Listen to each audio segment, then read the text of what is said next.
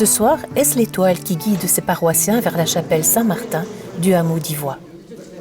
Ils viennent des 7 villages de la commune d'Assès, en province de Namur. Tous font partie de la chorale qui répète depuis plusieurs semaines pour animer l'événement qui est toujours une célébration télévisée. Une occasion unique pour les équipes pastorales et l'abbé Juan Carlo Condé de dynamiser la vie paroissiale.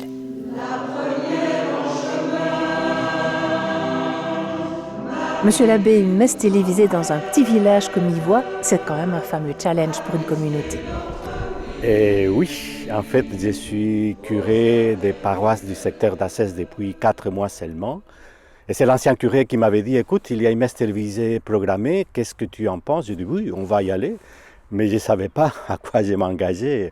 En fait, il y a beaucoup de choses à préparer. Mais il y a une chose qui m'a beaucoup encouragé au début, c'est quand on m'a dit, voilà, c'est un service que vous faites pour toutes les personnes qui ce dimanche-là ne seront pas allées à la messe, qui sont dans des homes, qui sont seules à la maison. Et donc ça, cette notion du service, ça m'a fait dire, ça vaut la peine. Et c'est ça que j'ai mis en avant pour les gens qui disent aussi, oh là là, il faut répéter, il faut faire des choses.